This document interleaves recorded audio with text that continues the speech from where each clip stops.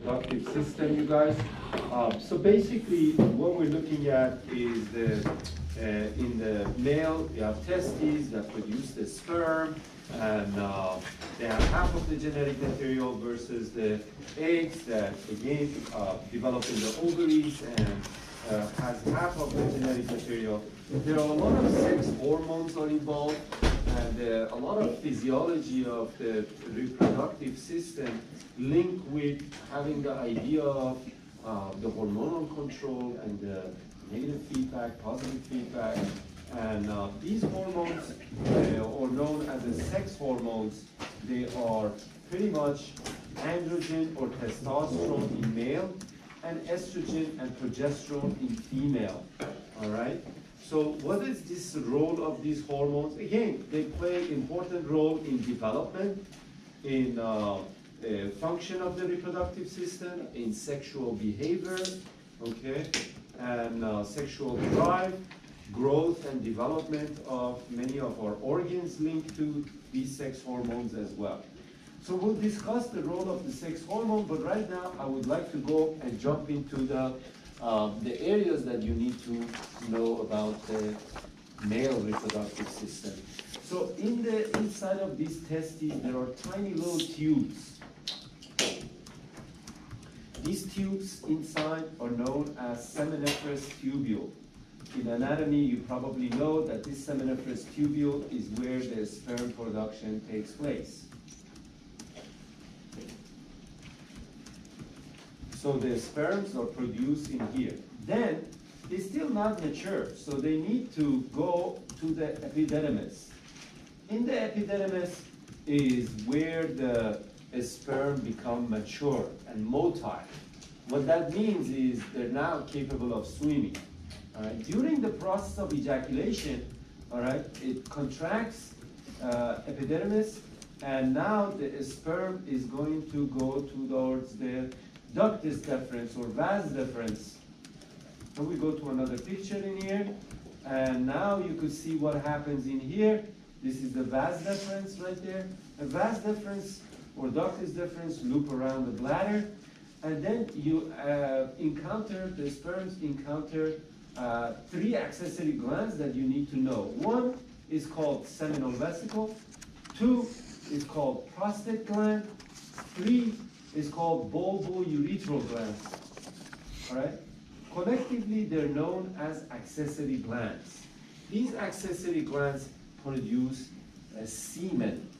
Semen is the nutritive and all the content that the sperms require in order to become viable and productive and healthy. All right? So let's quickly go over the seminal vesicle. Seminal vesicle produce the most of the semen. About 60 to 65% of the semen produced by seminal vesicle. These are rich in fructose, which is, again, gives the energy to the sperm. Remember, energy of the sperm is important because they wanted to propel their flagella or the tail. Sperms consist of the head region, the midpiece of the body, and then the tail. All right? So in the midpiece or the body, there are a lot of mitochondria. Mitochondria, again, can break down the sugar to generate the energy. Now, the ATP that are being released from it, it's useful to propel the tail, which is a lot of the tail is just made out of microtubule, part of the cytoskeletal that we discussed. In the head region, you have half of the genetic material, 23 chromosomes. We discussed this already, all right? And at the tip region, right over here, this area is known as acrosome, and the acrosome contains digestive enzyme. This enzyme is important because when it gets to the vicinity of the egg, pretend this side is the egg, they can release this and they can digest this for penetration. This sperm, once it penetrates, several things happens in the egg. Basically, there is a chemical and electrical events that preventing other sperms to come in. All right, so polyaspermy does not take place in this case. Many sperm cannot fertilize the single egg. The first the sperm hits it, basically it digests the outer coating. You probably remember this as a zona pellucida of the egg. Is now these 23 chromosomes and 23 chromosomes in the egg is now they are merging with one another. So now 23 chromosomes from the sperm head, all right, which is the digestive coating is out, and 23 chromosomes from the female egg, all right. Now you got the full set. You got 46 chromosomes. Now the sperm can carry X chromosome or Y chromosome. If it carries the X chromosomes, then you'll have a daughter because this one is always the X. The egg always has the X. A sperm who carries the Y chromosome, therefore it can fertilize the X, you get XY, or the male. Either way, let's go back and take a look at, so we pretty much went over the seminal vesicle. Seminal vesicle also has, on the nutritive material, also contains prostaglandin. Prostaglandin helps to kind of like make the mucus lining of the vagina thinner, so that way they can swim and reach the egg. All right, next up you have prostate gland. Prostate gland is a donut-shaped structure right over here, and again they produce substances to activate the sperm. All right. Sometimes this prostate gland get enlarged, especially with age. Men might have prostate gland enlargement, and sometimes cancer. All right. So there is a test known as PSA, which is called prostate specific antigen. Basically, it's a protein that produced by the prostate gland. And if it's overactive, most likely because it's enlarged and so on, usually the PSA can be higher. So they look for that. When you do your blood test done, as you age, you might have to do this every other year, all right? And this kind of like indirectly shows the activity of the prostate gland. But with other technology and so on, you could actually take a look at the size of the prostate to see if any enlargement occurs. You do a digital rectal exam. If this part is enlarging, for example, through the anal canal, that could be figured out as well.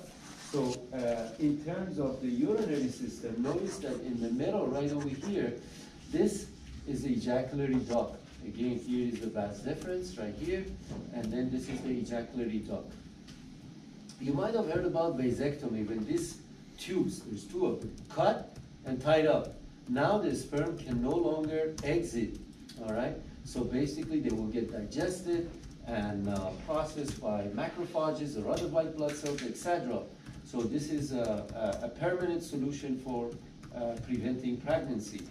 But anyways, right over here, ejaculatory duct, here is the prostatic urethra. So the urine coming over here to the urethra and the sperms along with all those nutritive substances, semen, coming through the same, they are being shared by the urethra. This is not the case in female, by the way. In male, urethra shared by two systems of urinary and reproductive system. Okay? Now, what will happen if the enlargement occurs? Sometimes it could obstruct here, sometimes it could obstruct this as well. So individual might have a painful urination, also not able to control the urination as well because they are being obstructed, the pressure goes up and down in here, and sometimes, you cannot control that, okay? Regardless, the next up is the bulbourethral gland. You could see it in here. This is the third and the final accessory glands. Bulbourethral gland produces alkaline substances. Alkaline substances is basically a base, all right? Now, why do we need a base? Remember, because this urethra is shared by the urinary system, What happened is the urine is semi-acidic, if you recall, because we get rid of the hydrogen ion in the process of secretion, remember? So the residues of the hydrogen ion, they remain in here, which again, they are pretty good because it protects us against, microorganism entering and so on, but also is not so good for the sperms that are encountering this acidic condition because they will get eliminated basically. And the body wants to produce the most sperm and perhaps the most chances for continuation of life. In this case, bulbourethral gland produces some alkaline substances to neutralize this urethra. So when the sperms along with the other stuff are coming, they're not going to get impacted. That's the whole idea about that. All right? So now we're going over the erectile tissue. Erectile tissues, you named it in the anatomy, corpus cavernosum, corpus sponginosum. Basically, they can get engorged with blood. So blood vessels coming into these areas, it could get expanded, it could get enlarged, and as a result of that, erection might take place. All right? So because this erectile tissue, they can get engorged with blood. There's a lot of nerve endings in here as well, especially the tip part, which again is responsible for sexual stimulation, etc.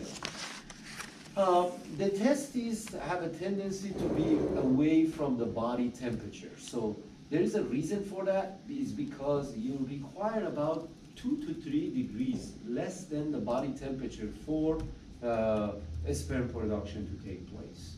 If there is the same as a body temperature, you're not going to get that much sperm building up in here. Temperature is one factor.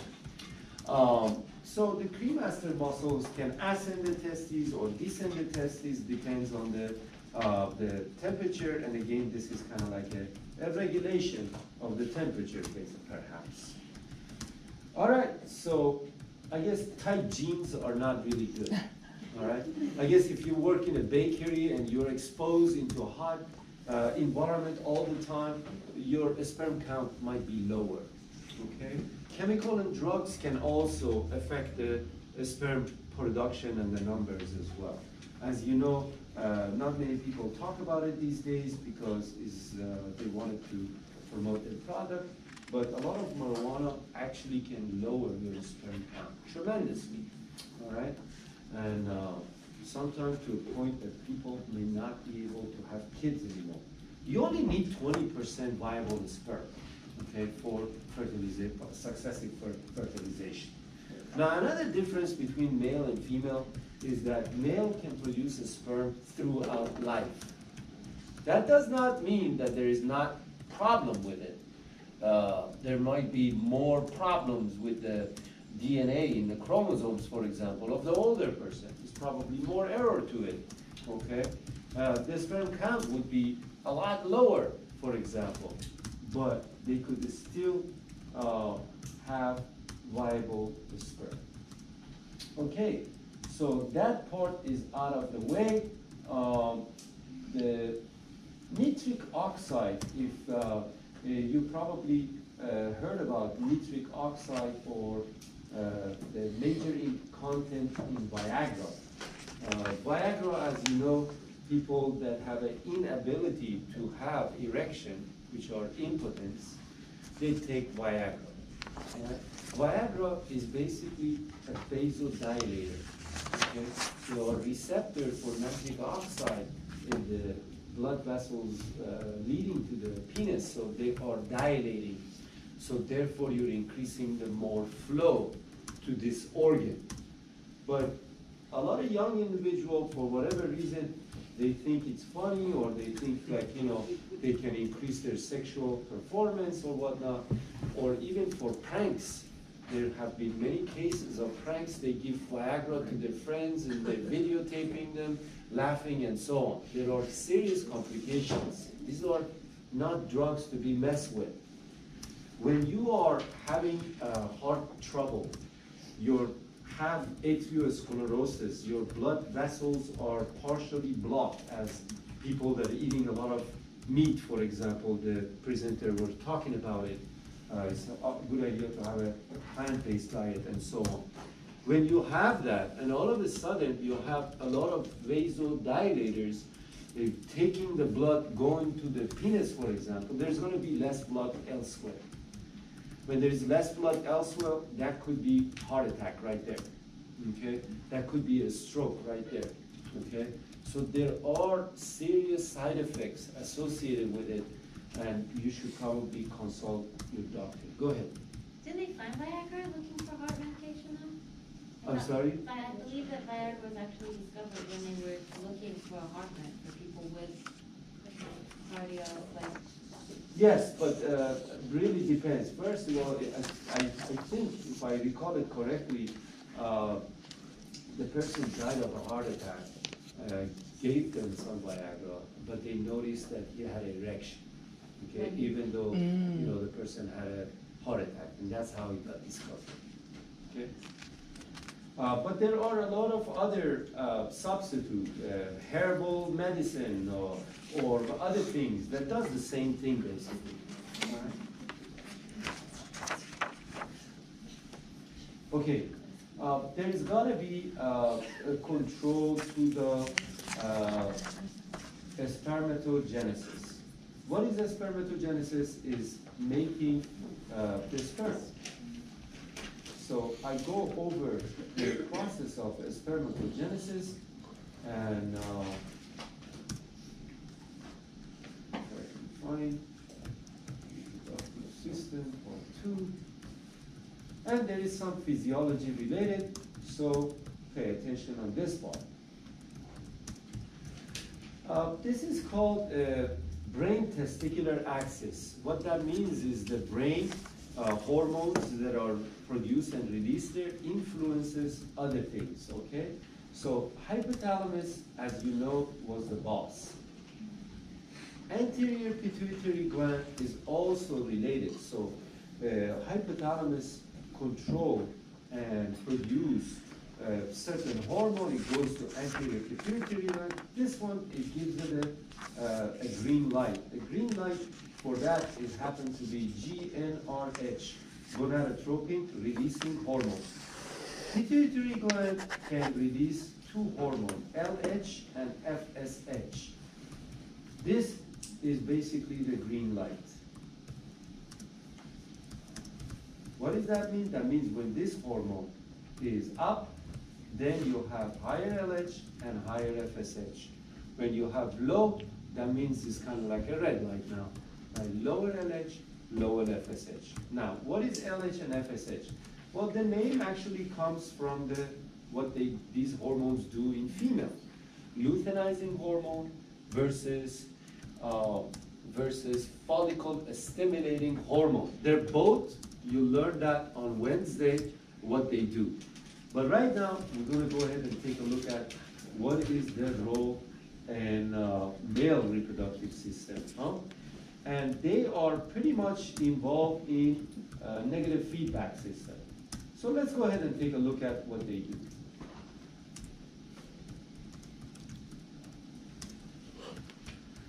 Right here is the hypothalamus. Again, GnRH gives the green light to the anterior pituitary. They release LH and FSH. Now, let's track down the FSH first. It has the S, so just write a sperm. It's responsible for sperm production. Now, here is one of the tube in the seminiferous tubule. Earlier in my lecture, I told you seminiferous tubule is what happens. The sperm production happens. You can see the sperms are being made. They go inside of this tube, which is the lumen, which links to the epidermis, which goes into the vas deferens and go through all those areas that we discussed earlier. So one of the things that causes this sperm to be produced is FSH. So guess what? When you have a low sperm count, we need the GnRH to be high, we need the FSH to be high, and then you produce more sperms. All right? But there is another side to it. They need a little help. All right, let's go ahead and take a look at luteinizing hormone now. Luteinizing hormone they will reach the interstitial cells. These interstitial cells exist outside of the seminiferous tubule. All right, so notice that this is outside of this tube. Inside of the testes, we mentioned there are a lot of seminiferous tubule. This is outside of it. Interstitial cells. What do? They release testosterone. What is a testosterone or androgen? What does a testosterone do? One, there is an androgen binding protein which testosterone can bind and help with the development. That's one. Number two, testosterone actually have other targets. As you know, muscle mass is related to the testosterone. That's why people take in the testosterone, because the muscle mass can increase, right? So in general, testosterone is responsible for secondary sex characteristics in male. Those things that are kind of like give recognition as being male most of the time. Like oilier skin, all right? More muscle mass, deepening of the voice, more facial hair, okay? All of those that is usually responsible for masculinity is because of the effect of testosterone, all right? However, testosterone has to be monitored as well. People take in extra testosterone because they want to make more muscle mass. But now what it does, when you have way too much testosterone, there is a negative feedback system going on. So when you have too much testosterone, now you wanted less testosterone. So this increase in testosterone is going to inhibit GnRH and LH, and therefore the testosterone is going to be leveled off. That's when you have higher testosterone. But guess what? It also lowers the FSH. So people that are taking a lot of anabolic steroid, guess what? Their sperm counts are actually pretty low because they keep taking testosterone. And due to the negative feedback system that I just showed you, you want to lower the testosterone when it's extremely high. So you got to lower the GnRH. And when you're lowering the GnRH, both LH and FSH gets lower. More testosterone you take, the lower the sperm count will be. All right? What if the sperm count is low because a person maybe ejaculated or was involved in sexual intercourse, etc.? You need to remake them now because the count is low. You need to bring it back up. Negative feedback system. So there are hormones known as inhibin that basically can inhibit the GnRH and therefore inhibit the LH and FSH, and as a result of that, this hormone is going to cause more sperm production. On the same hand, if you have lower sperm count, then there will be lower inhibin. There will be lower testosterone. So as a result of that, there will be higher GnRH, higher LH, higher FSH. The testosterone is going to go up, and so as the sperm production. All right? So again, now you have a higher sperm count, you need to lower it. Inhibin produce, you're lowering it. Does that make sense? Yeah. It's a negative feedback. All right? On Wednesday, you will discover that all these hormones, LH, FSH, GnRH, they play a significant role in the female reproductive system. Female reproductive system is a little bit more complicated. If you get a chance, take a look at it, read ahead of time. I don't know if I'm going to have time to give you one last quiz, but if I do, I will probably going to give you guys a quiz on digestive system, all right, on Wednesday. So prepare that ahead of time. I might give you the last quiz. If you haven't picked up your quiz, you could pick it up. If you have any other additional questions or whatnot, you could, see me later. But this is to the extent that I covered. Now, if I didn't cover something, then don't worry too much about that. Probably not going to be involved in your video. All right, see you guys on Wednesday. Bring out all your I think he'll go over that on Wednesday. Remember, the people that did not go tonight, you guys have to go on Wednesday or you get 0. Right? So come prepared, ready to go. Guys, do you want to meet really quick outside just to discuss our presentation? All right, have a good night.